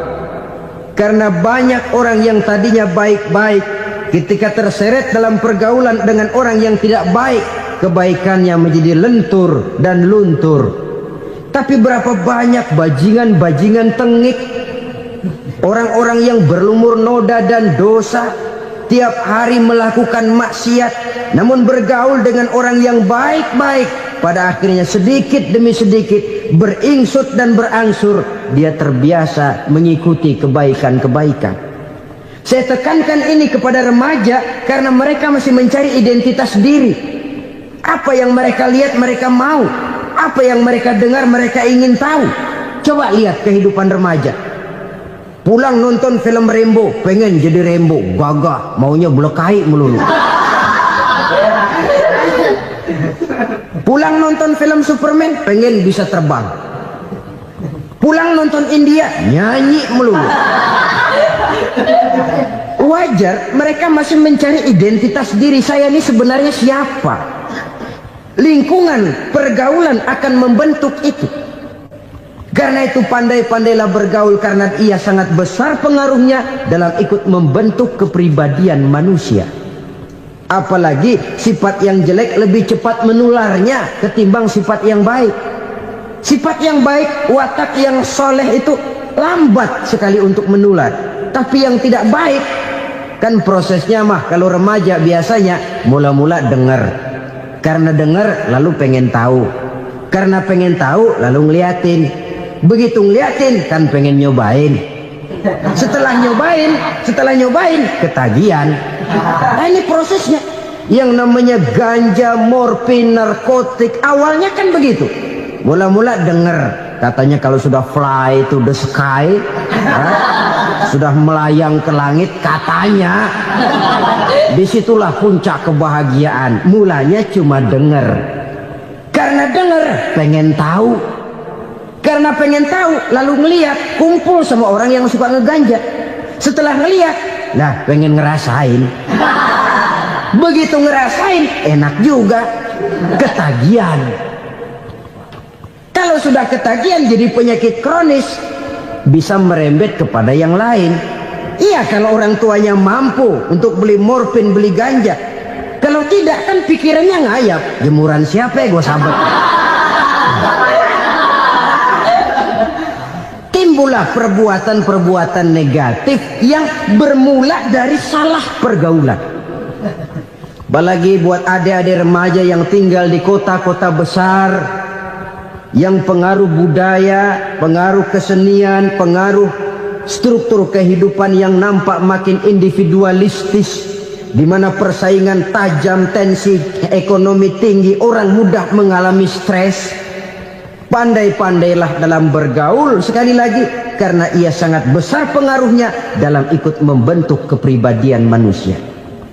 Orang bahagia punya kendaraan yang cepat, artinya punya pergaulan yang luas, dan lingkungan pergaulannya terdiri dari orang-orang yang soleh. Kemana dia pergi ada teman, kesulitannya ada tempat dia cerita. Tapi kalau sudah menyendiri, hidup sendiri, kesulitan dipikiri sendiri, bisa mati belum waktunya. Tidak ada tempat berbagi rasa, Tidak ada tempat bercerita, tidak ada tempat mengurangi beban dalam kehidupan. Pantas betul kalau Islam sangat menggalakkan dan menganjurkan orang kalau sudah sampai waktunya itu untuk melangsungkan nikah. Kata Nabi, ya ma'syaras syabab man istata'a minkumul ba'at falyatazawwaj. Hai para pemuda, kalau sudah mampu memberi nafkah, kawinlah, nikahlah kamu. Kenapa? Sudah ada teman hidup, tempat berbagi rasa. Kesulitan kalau ada tempat cerita akan lebih ringan ketimbang kita telan sendiri, walaupun bobot kesulitannya sama beratnya. Saudara-saudara kaum muslimin rahimakumullah, inilah ciri yang kedua, punya kendaraan biar cepat asal lancar. Kemana kita mau pergi gampang.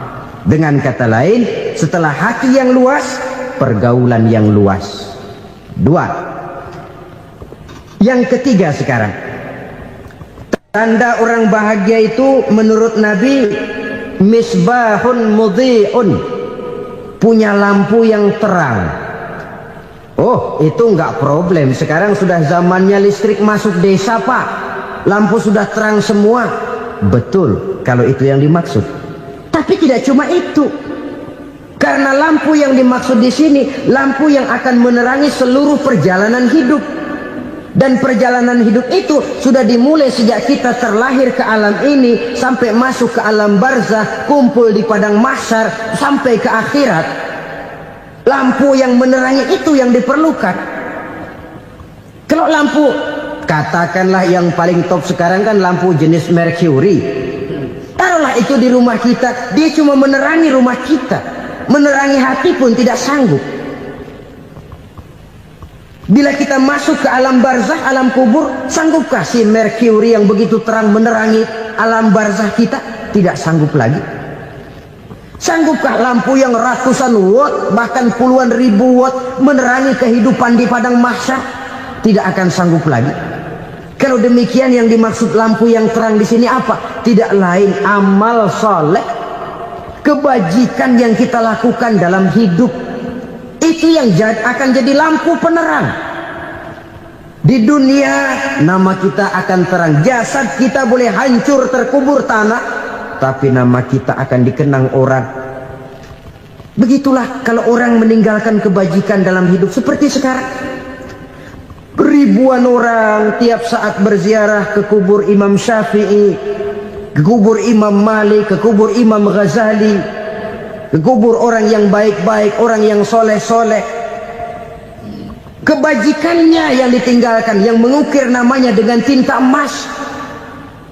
Sehingga saudara sudah terbaring di alam kubur, orang lewat, Allah, ini kuburannya Fulan bin Fulan, dulu ini kebaikannya Masya Allah, saya ikut merasakan. Mari kita mampir sebentar, kita Fatihah. Mohon disampaikan Allah pahalanya kepada almarhum. Al-Fatihah. Itu kalau orang baik-baik. Lalu saudara tanya, Pak, orang mati dikirimin Fatihah apa nyampe pahalanya? Saya jawab, kalau saudara nggak percaya, mati dulu dah. Nanti saya Fatihain, tungguin di sana. Umpama nggak sampai, balik lagi kemari. Sekarang ini kan maunya otak-otakan saja. Kalau nggak masuk otak, nggak percaya. Padahal alam gaib itu nggak bisa diotak-otakin. Sama saja dengan saudara pernah dengar cerita kapal Tampu Mas tenggelam kan? Pernah nggak? Di mana? Ya, di laut Masalembo. Begitu ke Tampu Mas tenggelam, ratusan penumpang itu terjun ke laut, dipermainkan gelombang, berjuang menghadapi maut itu.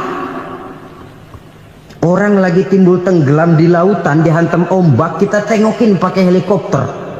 Pak, lagi timbul tenggelam ya? Iya, tolongin. Jangan khawatir Pak, nih saya kirim intan Pak, harganya 10 juta. Kira-kira orang yang timbul tenggelam di laut seneng nggak? Ya. Kan mahal toh intan 10 juta. Kenapa dia nggak senang? Karena intan 10 juta dalam kondisi seperti itu tidak sanggup menyelamatkan dia. Dia akan girang kalau dikirimin ban mobil bekas, dikirimin papan terentang atau bambu. Intan yang 10 juta dia nggak girang. Ban mobil bekas yang 1000 perak, tuh pegang, itu yang dia girang betul. Inilah sebabnya Nabi berkata, mal mayyitu fi qabrihi illa kal ghariqil mutaghawwis. Orang yang meninggal di alam kuburnya seperti orang timbul tenggelam di lautan. Yantaziru da'watan min ahli, menunggu doa dari keluarganya yang masih hidup. Duh, bapak saya sudah meninggal, saya sayang benar sama dia. Kirimin kulkas ke kuburannya Itu sama saja dengan tadi orang tenggelam di lautan dikirimi intan yang harganya 10 juta, tidak sampai. Begitulah kalau kebajikan yang kita tinggalkan dalam hidup, sudah mati pun kubur kita masih diziarahi orang. Tapi kalau jahat yang kita tinggalkan, boro-boro lah orang mau doa lewat dekat kuburan kita juga serem. Tuh bajingan dulu mati dipendem di situ tuh. Jangan lewat situ, ntar kesurupan, jangan. Lewat saja orang ngeri. Konon lagi membacakan Fatihah dan mengirimkan doa. Hidup pada hakikatnya adalah kesempatan untuk berbuat baik. Maka sekali kesempatan itu diberikan, manfaatkan dengan sebaiknya. Sebab kesempatan kedua tidak akan pernah ada. Kesempatan berbuat baik di sini, di akhirat sudah pembalasan namanya. Sekali kesempatan itu dicabut, dia tidak akan pernah dikembalikan lagi. Kata Iqbal, hidup tidak mundur ke belakang, Bung. Berhenti diinjak orang, mundur hancur. Tidak ada kata mundur dalam hidup ini. Berhenti diinjak orang, mundur kecebur. Tidak ada kata lain, harus maju dalam kehidupan dalam artian yang positif. Hidup adalah kesempatan untuk mengumpulkan kebajikan yang sebanyak-banyaknya. Di situ nilai daripada manusia. Sekarang ini memang nggak kelihatan kok, orang yang banyak pahala sama yang banyak dosa nggak kelihatan kok. Barangkali kalau habis bikin dosa palanya pada benjol, mungkin orang takut sama dosa. Tapi sekarang sama saja, orang yang banyak dosa dengan yang nggak banyak dosa jalan bareng dari belakang, sama, nggak kelihatan beda. Tapi ada waktunya di mana pahala memegang peranan, di mana dosa diperlihatkan. Sama saja kalau kita bawa mobil siang, lampu kan nggak begitu berfungsi. Apa lalu bilang, alah ini lampu berat-beratin, copot-copotin aja dah. Tidak perlu begitu. Kenapa? Pada suatu saat malam senja akan datang. Bila matahari terbenam, senja pun datang, gelap mulai merayap, disitulah baru terasa perlunya lampu. Pahala begitu. Sekarang orang yang nggak ada pahalanya nggak kelihatan dalam kehidupan. Tapi pada suatu saat senja kehidupan akan datang. Ajal merenggut nyawa, malam merayap, dan hidup mulai diliputi kegelapan di alam barzah. Dikala itu kalau nggak punya lampu, alangkah malangnya kita. Sebab amal yang baik, kata Nabi, di alam barzah itu akan diciptakan menjadi perempuan yang cantik menemani kita. Amal yang jahat akan menjadi orang yang paling jelek nemenin kita. Sudah di tempat gelap yang nemenin jelek.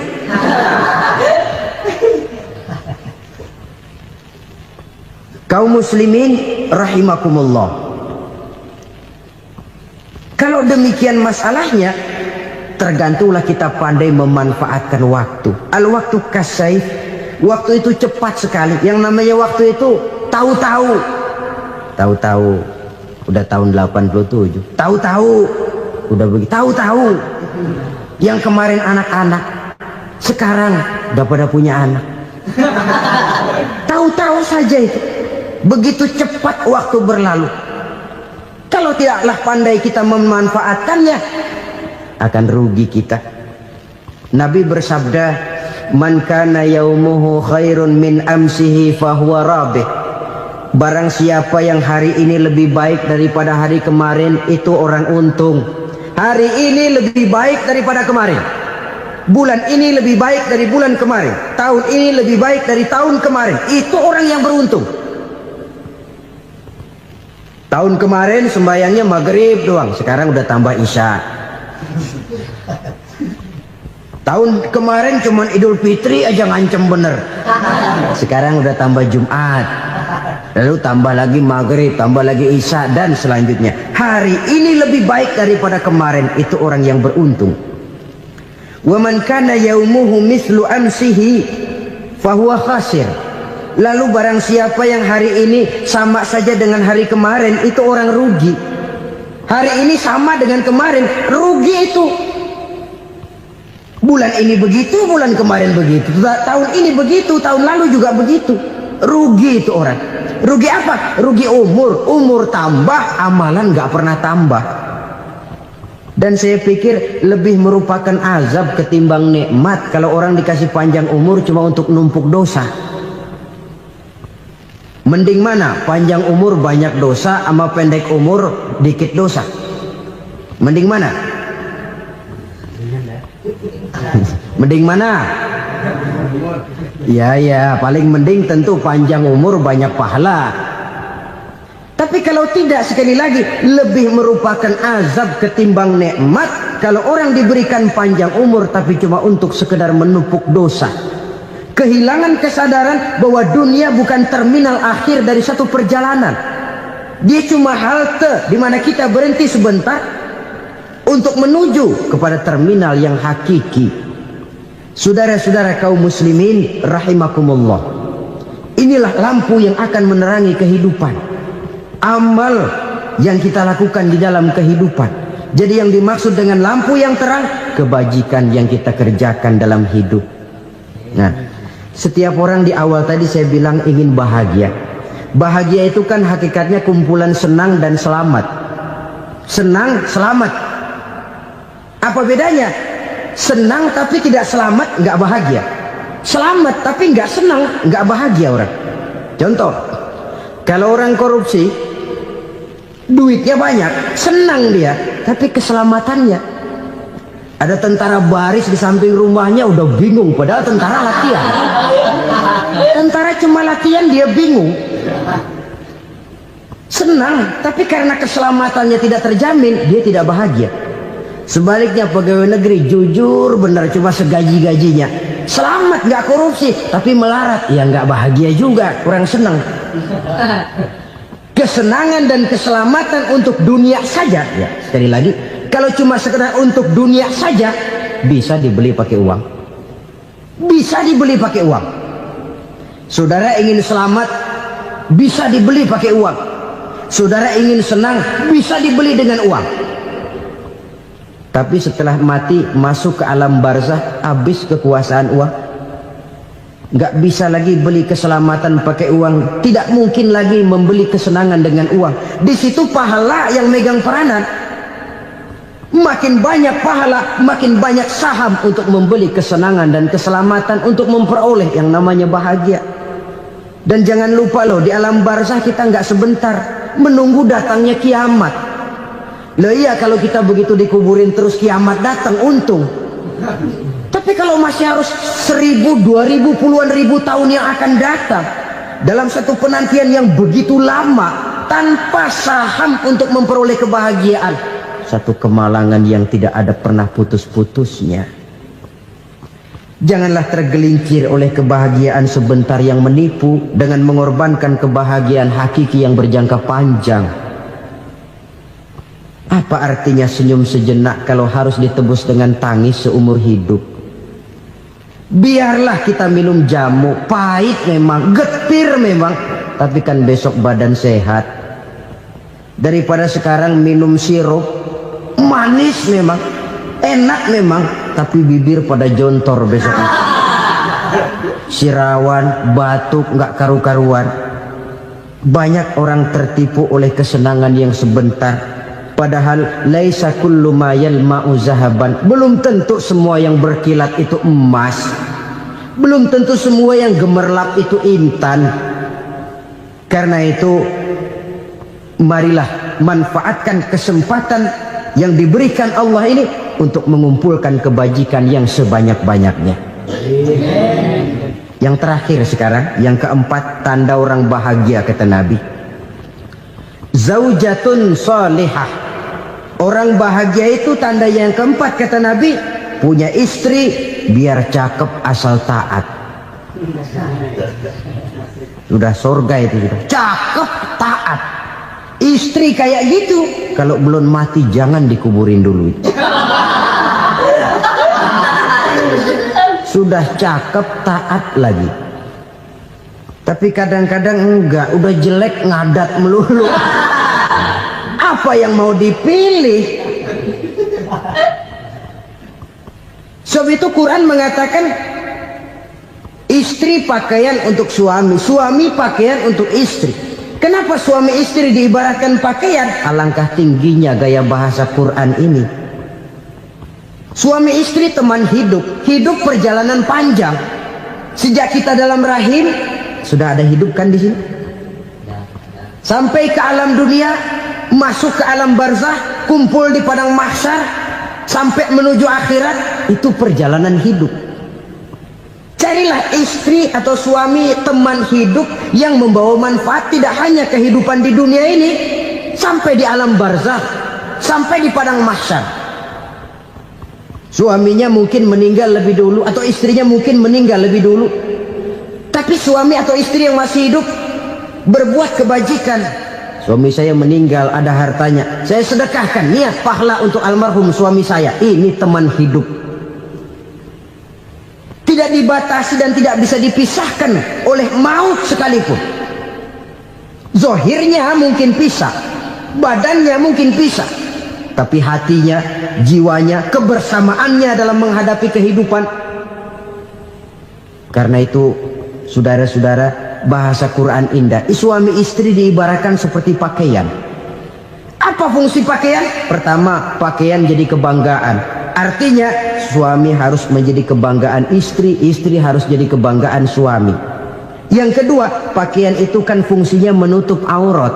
Artinya sesama suami istri harus saling menjaga kekurangan masing-masing.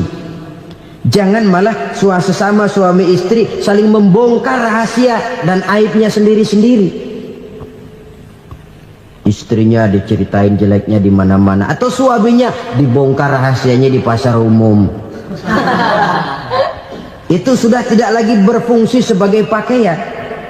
Kenapa semua ini diperlukan? Karena kita menyadari bangsa yang baik terdiri dari masyarakat yang baik.